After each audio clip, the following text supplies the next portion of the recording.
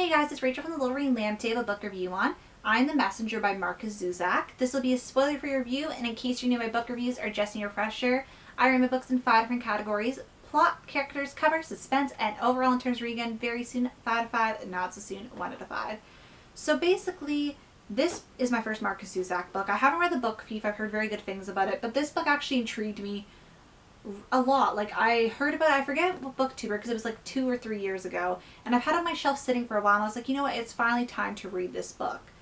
So basically, I'm going to just read the back cover of this, and then I'm going to go talk about it more in depth, obviously spoiler free. So it says, protect the diamonds, survive the clubs, dig deep for the spades, feel the hearts. Ed Kennedy is an underage cab driver without much of a future. He's pathetic at playing cards, hopelessly in love with his best friend Audrey, and utterly devoted to his coffee-drinking dog, the Doberman. His life is one of peaceful routine and incompetence until he inadvertently stops a bank robbery. That's when the first ace arrives in the mail. That's when Ed becomes a messenger. Chosen to care, he makes his way through town, helping and hurting, when necessary, until only one question remains. Who's behind Ed's mission? This book instantly intrigued me because I was like, who is behind his mission? What's this mission? What does this entail? So it's so many questions from the back synopsis that really intrigued me. So basically, I give this plot a 4 out of 5.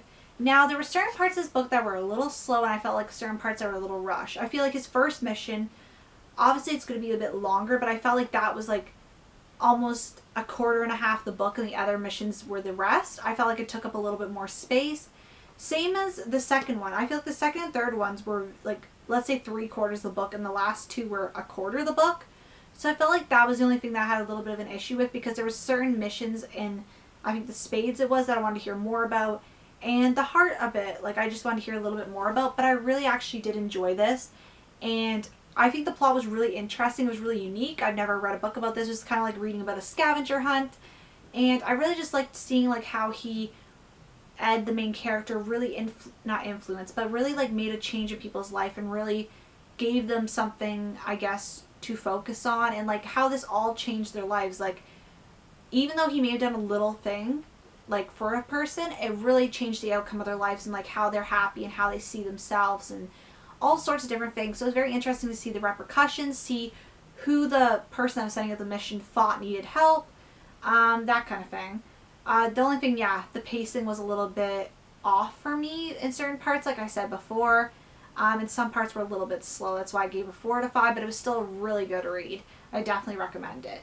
Characters I gave a 4 out of 5 as well. I didn't super connect with the characters. The one thing that had me kind of off was Ed. I really liked him as a main character. He was ordinary. He was very self-aware character, which I really do enjoy in books. I love characters that are self-aware. Not only like what others are maybe perceiving from their actions, but they're self-aware of how they are and how them being a certain way is reflective of other people. Also, I really like how reflective Ed is. He really, I don't really like characters that aren't self-aware and that are like, they don't seem like they're any reflecting on themselves, their behavior, that kind of thing. This book obviously involved more reflection, but I really enjoyed that about his character. The only thing I had to say I didn't really like about his character, he was the main character. The other characters I liked too. I just didn't feel like I got to know them enough to really invest myself in their lives. But Ed, yeah, the only thing I didn't like was sometimes he'd be a little too open with his feelings. Like, I know we're reading his narrative and from his perspective, but when he was talking about Audrey, who he lusts after, you know, got a little bit into the details, and I was like, I don't really need to know this. Yeah. I was just like, why? Like, I don't get why this detail was added in this. Like, I feel like it could have been taken a bit of a different way, but obviously it's true to his personality and how you'd think. So, then again, it's a price you pay for, you know, technically residing in somebody else's mind while you read the book.